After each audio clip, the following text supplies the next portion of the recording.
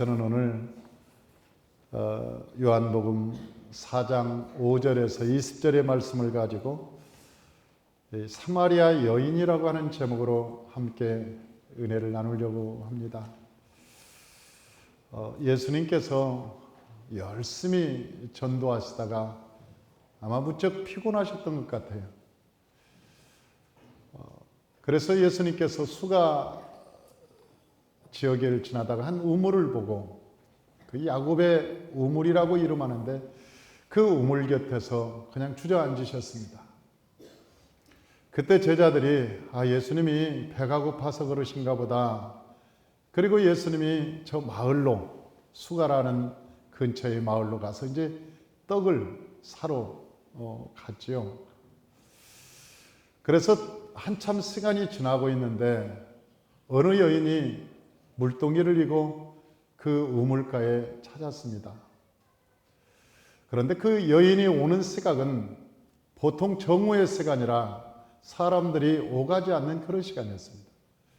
중동 지방에는 보통 12시부터 한 2시까지는 낮잠 취침, 이 취침하는 시간, 너무나 더워서 활동할 수 없고 움직일 수 없는 그런 시간이기 때문에 사람들이 오가지 않는데 한 여인이 무슨 사연이 있는지 혼자 물동이를 짊어지고 그 우물가를 찾았습니다. 그래서 쉬고 계시는 예수님과 만났죠. 그래서 예수님과 대화를 합니다. 그런데 예수님이 먼저 말을 걸어요. 여인이요, 나 물 좀 달라. 이렇게 말을 거니까 이 여인이 하는 얘기가, 아니 당신은 내가 볼 때 유대인 같은데 어떻게 나한테 말을 겁니까? 원래 유대인하고 유대인들은 사마리아와 상종을 하지 않고 말을 안 섞는 사람들인데 아니 어찌하여 말을 겁니까? 그렇게 해야지 또박또박 대답을 하면서 이렇게 이야기를 하는 겁니다. 그러니까 이 여인도 보통 여자가 아니죠. 그러니까 낯선 남자한테 또박또박 말대답을 하는 거 보니까 보통 여자는 아니에요. 이 이야기를 하니까 예수님께서 말씀하시기를, 네가 누군지 알았다면 나한테 물을 달라고 했을 거다. 그러니까 그 여인이 또 따박따박 얘기합니다. 여기는 뭐 그릇도 없고 여기는 물도 깊고 그런데 뭐 어떻게 물을 뜰 수 있습니까? 그러면서 주저리 이 얘기를 하는 거예요. 그러니까 예수님께서 다시 그 여인에게 말씀하시기를, 내가 이 물을 먹으면 다시 목마르다.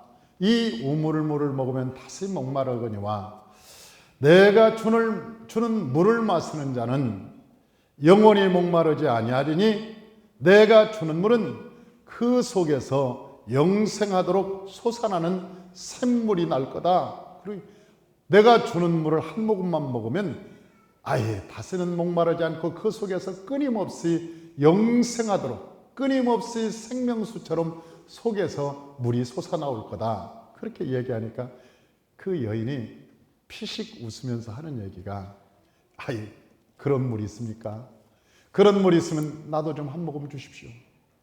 나도 좀 물 떠오기도 좀 귀찮고 사람 보는데 사람 피해서 오는 것도 이렇게 힘들고 지쳤으니까 그런 물 있으면 나한테 물 좀 주십시오. 나도 그 물 먹고 좀 살겠습니다. 그 물 먹고 좀 여기 좀 물을 좀 안 떨어왔으면 좋겠습니다. 그렇게 따박따박 얘기를 하는 거예요.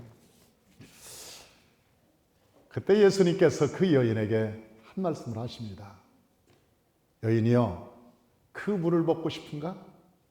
그 물을 먹고 싶으면 내 남편을 데리고 와라. 그렇게 얘기를 하는 거예요. 이 본질적인 얘기죠. 내 남편을 데리고 와라. 그것은 굉장히 본질적인 얘기입니다. 이 여인의 비밀이지 않습니까? 이 여인의 숨겨진 이야기입니다.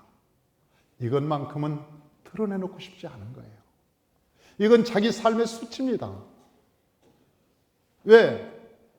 남편이 5이 있었으니까. 그리고 지금 사는 남편이 6째입니다. 여러분, 사람이 한 번 결혼하기도 힘듭니다. 그런데 이 여인은 6번이나 갔잖아요. 보통 여자가 아닙니다. 어느 미국의 유명한 배우가 있었답니다. 그런데 그 여인이 그 유명한 너무나 이뻐서 8번을 갔답니다. 그런데 8번을 가다 보니까 간 사람한테 또 갔다잖아요. 저 사람하고 살아봤나 내가 안 살아봤나 몰라서. 아니 간 사람한테 다시 갔다는 거 아니에요? 그 사람이 8번을 해서.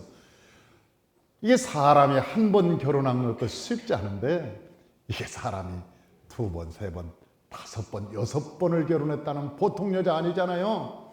이 보통 여자가 아닙니다. 그런데 이 말은 숨기고 싶은 거예요. 혹시 사람들이 나를 볼까봐, 수군거릴까봐, 아니 대낮에 남들이 다 잠을 자고 있는 그 시간에 물동이를 이고 지금 몰래 온 겁니다. 그런데 아니 갑자기 예수님께서 내 남편을 데리고 오라. 그러니까 이게 뭔 소리야? 그러니까 얼굴을 딱 쳐들고 예수님한테 그러는 거예요. 없는데요? 아니 사람이 얼굴이 두꺼워도 그렇지. 아니 6명이나 있었는데 없다니. 사랑하는 성도 여러분, 이 예수 그리스도께서 왜 그 말을 물어봤을까? 왜 그렇게 숨기고 싶어 했던 것을 꺼냈을까? 만약 이 여인이 이 문제가 해결이 안 되면 그리스도 안에서 온전히 나올 수가 없기 때문에 그러는 거예요. 이 여인이 이 문제가 해결이 안 되면 그리스도 앞에 완벽하게 나올 수가 없는 거예요. 바리새인들은 여러분 자기를 회칠하잖아요. 위선을 부리잖아요. 아닌 것 같이 살잖아요. 죄인임에도 불구하고 자기들은 11조를 잘 낸다는 거죠. 일주일에 2번이나 금식한다는 거죠. 안식일날 잘 지킨다는 거죠. 의인처럼 살아갑니다. 그리고 하나님 앞에 그럴듯하게 살아갑니다. 그럴 때 예수님께서 그들을 향해서 뭐라고 해요? 독사 이 새끼들아, 네 아비는 마귀니라. 너희들은 마귀한테 났다. 너무나 충격적인 사건이었어요. 너무나 충격적인 사건이었어요. 사랑하는 성도 여러분, 우리가 몸에 병이 있으면 여러분 수술을 하고 그 병을, 염증을 고쳐야 될 거 아닙니까?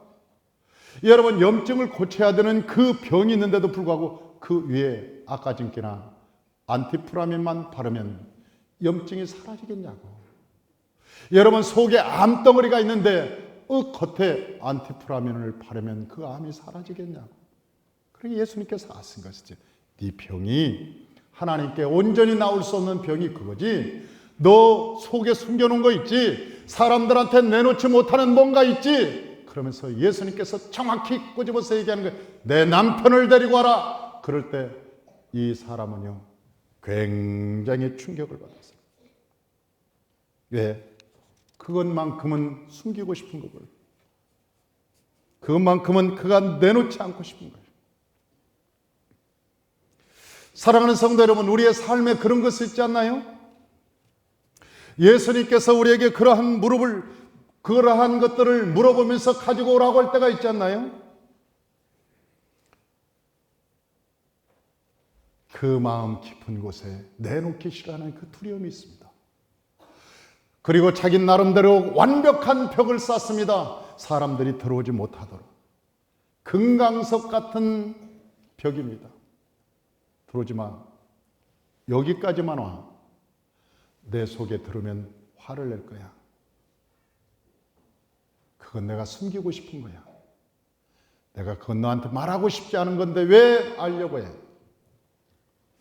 사람들은 모두가 그 마음의 벽을 쌓고 인간은 살아가요. 그래서 예수 안에서도 자유롭지 못한 경우가 참 많습니다. 자유롭지 못해. 사람들이 그것을 알까봐 두려워해요.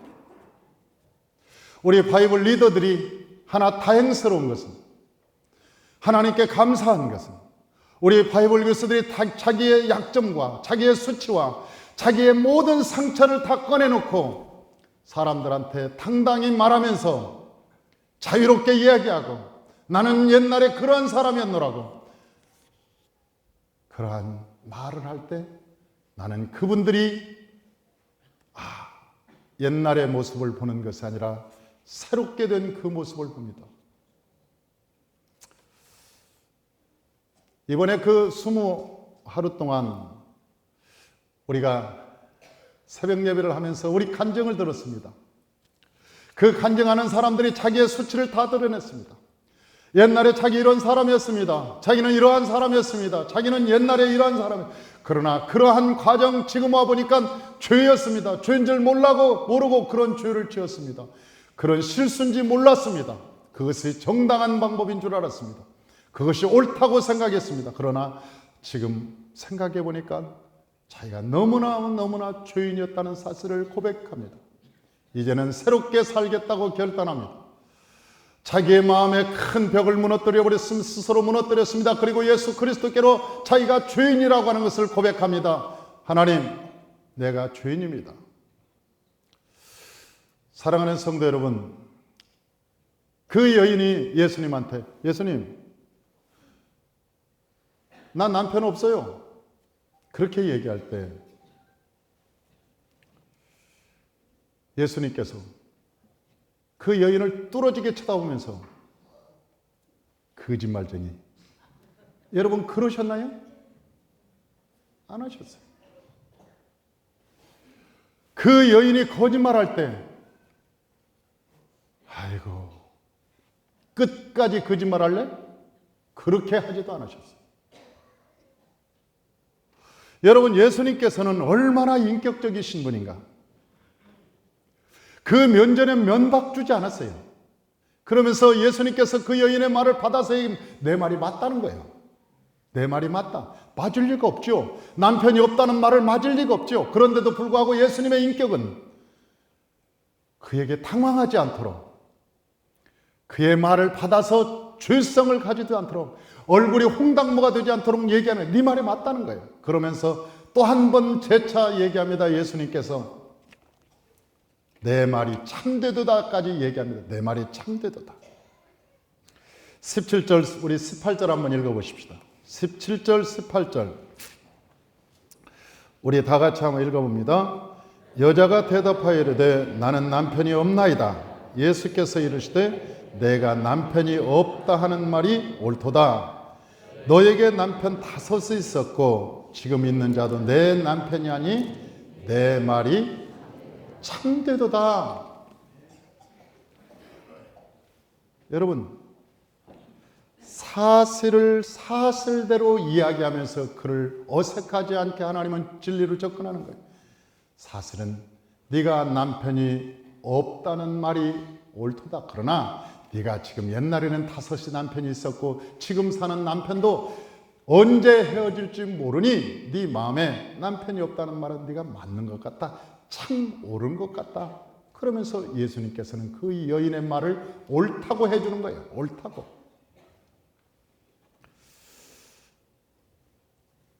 사랑하는 성도 여러분, 예수님이 우리가 죄를 꺼내놓을 때 예수님이 너 왜 그랬니? 너 왜 죄 짓지 말라고 계명을 내가 말씀에 말했는데 왜 죄 짓니? 그렇게 예수님께서 한 번도 하신 적이 없어요. 한 번도. 하나님께서는 언제나 내가 죄인이라고 고백할 때 위로해 주시고 은혜 주시고 하나님의 성령을 부어주시고 하나님의 놀라운 능력을 부어주시고 그래서 우리가 새로운 삶을 살아갈 수 있도록 용기를 주셨지. 아무리 큰 죄인일지라도 예수님께 갈 때 예수님이 그를 면박 주거나 여러분 그를 책망하거나 죄 때문에 그런 적이 한 번도 없으셨다는 거예요.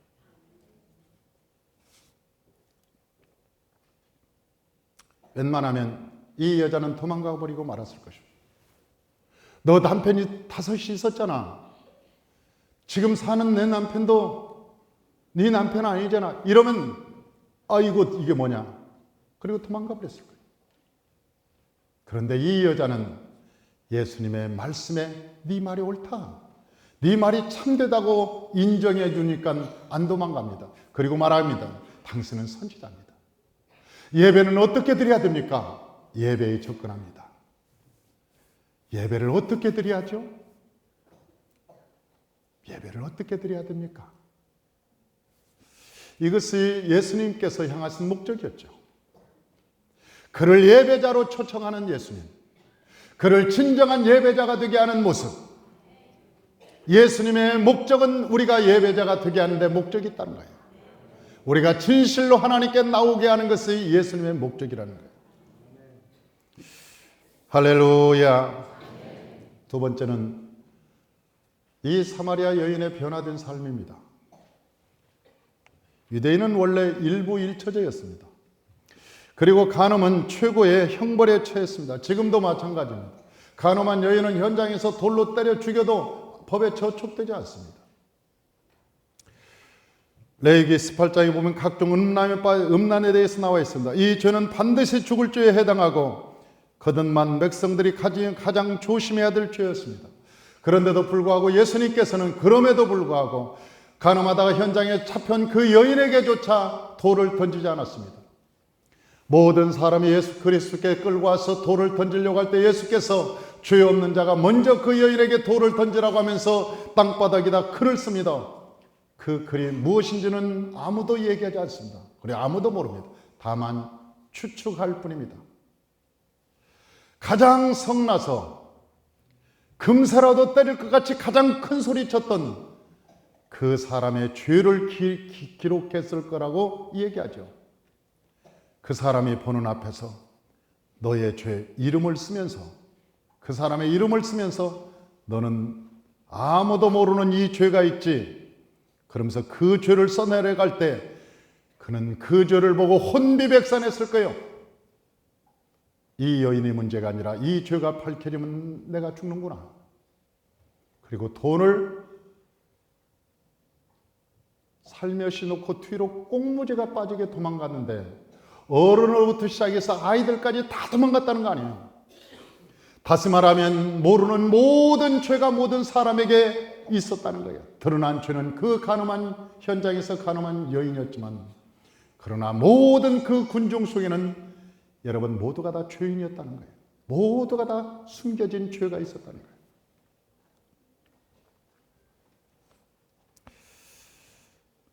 예수님께서는 이 세상에 죄를 책망하러 오시지 않았습니다.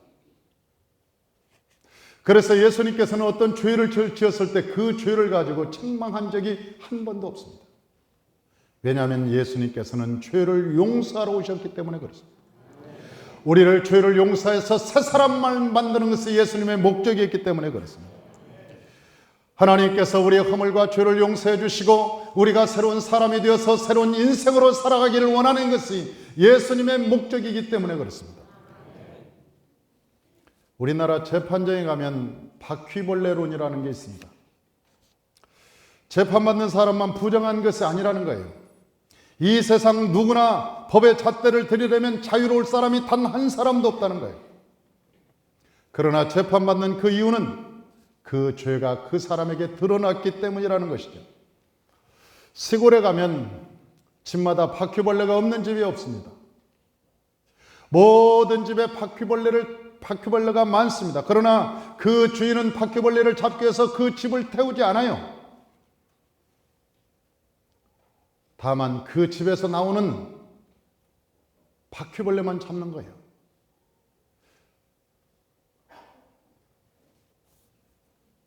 왜 잡냐고 말하면 네가 나와서 잡는다고 그래요. 네가 나오지 말고 속에 있었으면 안 잡힐걸. 왜 나오냐? 나왔기 때문에 너 잡는 거다. 어떤 재판장에서 어떤 죄인이 얘기합니다. 나만 죄인입니까?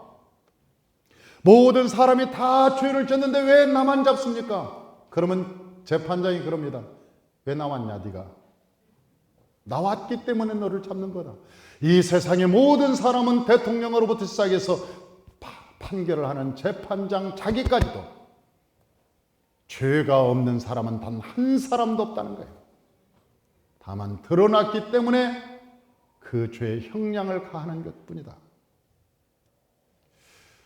바퀴벌레가 집안에 많다는 것은 알아도 여러분 그 바퀴벌레를 잡기 위해서 집을 태우거나 집을 부수지 않아요. 그냥 바퀴벌레가 있는 줄 알고 삽니다. 다만 나오는 놈만 잡는 거예요. 나오는 놈만. 사랑하는 성도 여러분, 이 세상의 모든 사람의 죄인입니다. 예수님께서 그걸 알았어요. 그래서 내가 의인을 부르러 온 것이 아니라 죄인을 부르러 왔다고 말씀하신 거예요. 왜? 모든 사람은 다 죄인이기 때문에. 그런데 바리새인들은 자기들이 의인인처럼 살아갑니다. 마치 죄가 없는 사람처럼, 자기가 죄가 없는 처럼 말입니다. 그런 사람들은 예수 그리스도 안으로 들어올 가망성이 없는 사람들입니다. 그래서 이 여인에게 본질적인 문제를 건드리는 거예요. 이 여인은 그것만큼은 숨기고 싶었어요. 그것만큼은 내놓기 싫었어요. 나 혼자 감추고 싶었어요. 예수님은 그걸 수술하지 않으면 그가 자유롭지 못한다는 것을 너무나 잘 알고 계셨어요. 그걸 수술해내지 않으면 그 병이 못 고쳐질 걸 예수님은 너무나 잘 알고 계셨어요. 그래서 예수님께서는 그 여인에게 본질적인 질문을 하는 것입니다. 내 남편을 데리고 와라. 내 남편을 데리고 와라. 예수님께서 오늘날도 우리에게 그런 본질적인 질문을 하신다는 거예요. 저와 여러분이 가장 숨기고 싶은 이야기, 가장 수치스러운 이야기, 꺼내기 싫은 그 아픔, 여러분 그 고통이 있다면 그 고통을 그리스도 앞에 내놓고 여러분 그리스도 안에서 회개하고 하나님께서 치료해달라고 하나님께 용서를 구하고 하나님께 믿음으로 나아가시길 주 이름으로 축원합니다.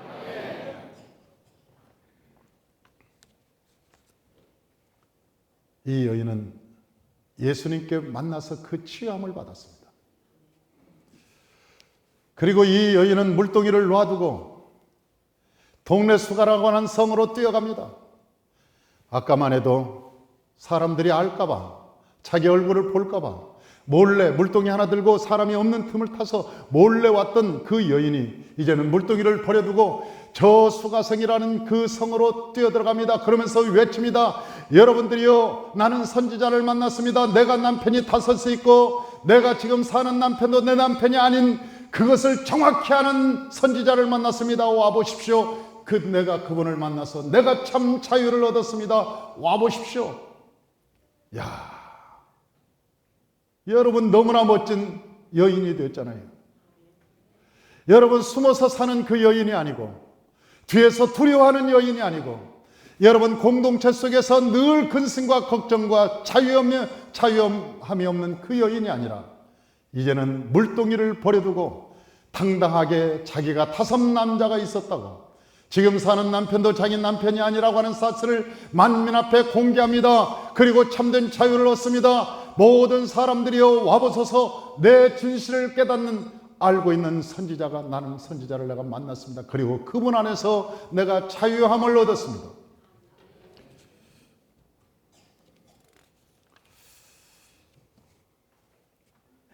저는 이 사건을 보면서 야곱의 모습을 보는 거예요. 자기 살려고 에서를 만날 때 한때 두 때를 보내고 자식들 보내고 아내들도 다 보내고 혼자 야복강에서 혼자 숨어있던 저 야곱. 그러나 여러분 야복강에서 하나님을 만나고 나서 제일 앞장서서 에서를 찾아가는 그 당당한 모습, 멋진 모습. 여러분 이런 모습 속에서 하나님의 얼굴을 보는 거 아닙니까? 그런 모습 속에서 하나님을 만났음을 아는 거 아닙니까? 여러분 누가 저 사마리아 여인에게 5 남자가 있었다고 여러분 책 잡을 사람이 세상에 누가 있습니까? 저는 가끔 우리 성도님들과 이야기할 때 이혼한 것 자랑스러운 일은 아닙니다. 그러나 죄스러운 것도 아닙니다. 여러분 한번 이혼한 걸 어떻게 하라는 말입니까? 한번 이혼한 걸 어떻게 하라는 말이에요? 그러나 그러한 것 때문에 마음에 숨기고 그러한 것 때문에 마음에 움츠리고 혹시 나를 알까? 아니면 이 사실이 밝혀질까? 사람들이 두려워하는 사람들이 나름대로는 있어요. 그리고 몰래, 그리고 그 긴장 때문에 혹시 말이 새어나가지 않을까? 어쩌다가 이거 알려주면 어떻게 하지? 그런 것 때문에 자유롭지 못하고 여러분 그 공동체 속에서 괴로워하는 사람들이 의외로 있다고 하는 사실이, 내가 그러한 사람을 만나면 정확히 얘기합니다. 이혼했다고 말하세요. 그리고 당당하게 사세요. 어떻습니까? 사람이 성격이 안 맞아서 이혼하는 것을 자랑할 만한 일은 아니지만, 그러나 그것을 숨기고 예수 안에서 자유롭지 못하고 포로된 자처럼 살아가는 것은 하나님이 원하지 않습니다. 지금부터 당당하게 살아가는 것은 아름다운 거예요. 새 사람이 되는 것은 아름다운 거예요. 저와 여러분이 예수를 믿었다면 예수 믿은 사람처럼 여러분 새롭게 당당하게 살아가는 또 아름다운 거예요. 할렐루야. 내 삶의 가장 약한 부분이 때로는 하나님의 도구로 쓰일 때가 종종 있습니다. 우리의 불행한 어린 시절이 하나님을 만나고 나면 약이 될 때가 있고 은혜가 넘칠 때가 있습니다. 마치 요셉의 삶처럼, 요셉의 삶은 굴곡진 삶이었습니다. 너무나 안타까운 삶이었습니다. 고난의 연속이었습니다. 형제들부터 배신을 당했습니다. 보디발의 아내로부터 너 간음하려고 성폭행했다는 이야기로 감옥에 간 상처가 있습니다. 요즘 말하면 여러분 큰 뉴스에 나올 만한 성폭행 사건이에요. 누명을 쓰고, 저 요셉의 젊은 나이에 그런 큰 오명을 쓰고 감옥에 가고 여러분 사형수가 되는 그 아픔, 사형수로서의 그 감옥에서의 삶. 그러나 요셉은 하나님을 만났습니다. 그리고 하나님을 만나 그것의 상처가 아니라 하나님께 기도로 하나님께 밀어붙이고 나갑니다. 여러분 우리가 힘들 때 하나님께 기도로 무릎 꿇는다면 그것이 화가 변화해서 복이 될 걸 믿습니다. 아멘. 먹구름이 변해서 단비가 될 것을 믿습니다. 아멘. 여러분 우리의 삶 속에서 일어나는 모든 일들은 하나님 안에서 화가 변해서 복이 되는 것입니다. 아멘. 우리가 예수님을 만나면 사마리아 여인처럼 모든 것이 하나님 안에서 유익하고 모든 것이 하나님의 영광이 될 수가 있습니다. 이 여인이 물동이를 짊어지고 남몰래 숨어서 아무도 모르게 얼마나 마음이 조아리면서 두렵게 살았을까? 혹시 사람들이 나를 보면 뭐라고 할까? 여인들의 한 3명 있는 데를 지나가면서 저 사람들이 나를 보고 뭐라고 하지? 뭐라고 하지 않아도 쳐다만 봐도 마음이 두렵고 떨리고 고통스러운 삶. 혹시 내 말하는 거 아니야? 혹시 저 사람들이 내 말 하는 거 아니야? 뒷소리 하는 거 아니야? 뒷담 하는 거 아닐까? 그런 두려움의 삶. 이러한 삶이 있다면 그 사람은 자유롭지 못할 거예요. 그러나 이제는 예수 안에서 저와 여러분들이 좀 더 새로운 피조물처럼 당당하고 아름답게 살아가시기를 주의 이름으로 축원합니다. 이전 것은 지나갔으니 보라 새 것이 되었다고 말씀하셨어요. 그러므로 저와 여러분들이 예수 안에서 새로운 피조물답게 당당하고 멋지고 아름답게 살아가시기를 주의 이름으로 축원합니다.